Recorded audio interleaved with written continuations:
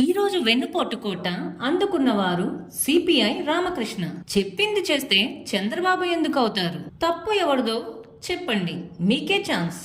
చంద్రబాబుకు మొన్నటి వరకు మౌత్ పీస్, ఇప్పుడు చంద్రబాబు మోసం చేశారంటూ లబోదిబోమంటున్నారు. సిపిఐ పార్టీ నేతగా ప్రజల పక్షాన కంటే చంద్రబాబు పక్షాన నిలబడిన దానికి ఇప్పుడు ప్రతిఫలం దక్కింది. చంద్రబాబు రాజకీయ జీవితం, నమ్మక ద్రోహం బాగా తెలిసిన సిపిఎం చాలా కాలంగా దూరంగా ఉంటుంది. సిపిఐ నేతలు మాత్రం ఎర్ర కండువా వేసుకొని పచ్చ పార్టీ కోసం పనిచేశారు. చంద్రబాబు కోసం టీడీపీ తమ్ముళ్ళు కట్రపిట్ చంద్రబాబు కోసం టీడీపీ తమ్ముళ్ల కంటే బలంగా నిలబడ్డారు.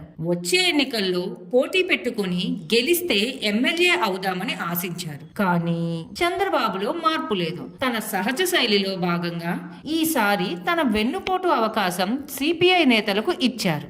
అన్నీ తెలిసి చేతులు కలిపిన రామకృష్ణ ఇప్పుడు మొత్తుకొని ఏం లాభం?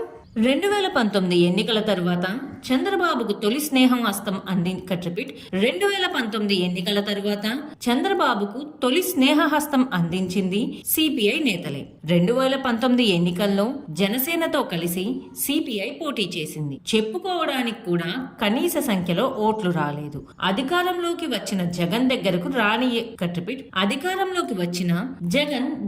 రానియడని గుర్తించి పాత మిత్రుడు చంద్రబాబుతో కలిసి పోటీ చేసిన పవన్ కు మాట కూడా చెప్పకుండా బీజేపీతో పొత్తు ఖాయం చేసుకున్నారు. కమ్యూనిస్టులతో పొత్తు సంగతి ఏంటి అని ప్రశ్నిస్తే పవన్ వామపక్షాల గురించి చాలా తేలిగ్గా మాట్లాడారు. పవన్ బీజేపీతోనూ ఉంటూ టీడీపీతో చేతులు కలిపారు. అయినా పట్టభద్రుల ఎమ్మెల్సీ ఎన్నికల్లో టీడీపీకి సిపిఐ మద్దతు నిలిచింది. రెండవ ప్రాధాన్యత ఓటు వేసి టీడీపీ అభ్యర్థుల గెలుపుకు సహకరించింది. అమరావతి ఉద్యమంలో రామకృష్ణ సైతం చంద్రబాబుతో కలిసి జోలి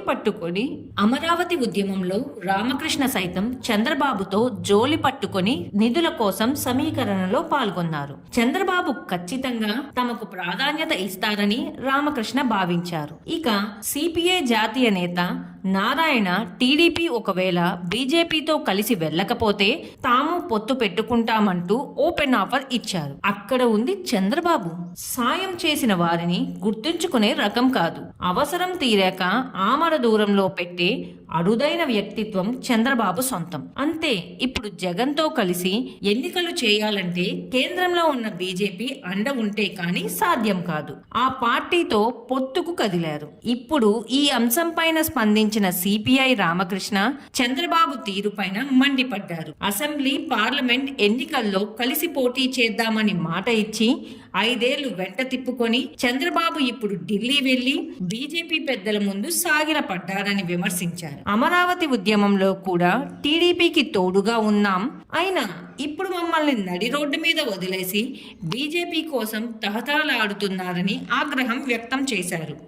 ఇప్పుడు చెప్పండి, తప్పు ఎవరిది?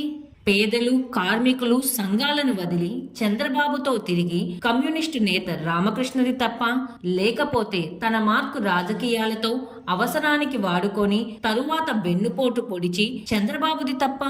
ఇంతకీ ఆయన ఏమన్నారంటే, అసెంబ్లీ, పార్లమెంట్ ఎన్నికల్లో కలిసి పోటీ చేద్దాం అని మాట ఇచ్చి 5 ఏళ్లు వెంట తిప్పుకొని చంద్రబాబు ఇప్పుడు ఢిల్లీ వెళ్లి బీజేపీ పెద్దల ముందు సాగిలపడ్డాడు. అమరావతి ఉద్యమంలో కూడా టీడీపీకి తోడుగా ఉన్నాం, అయినా ఇప్పుడు మమ్మల్ని నడి రోడ్డు మీద వదిలేసి బీజేపీ కోసం తాతలాడుతున్నాడు చంద్రబాబు. ఈ వీడియో కనుక మీకు నచ్చితే లైక్ చేయండి. మా ఛానల్ని సబ్స్క్రైబ్ చేసుకోవడం మాత్రం మర్చిపోకండి.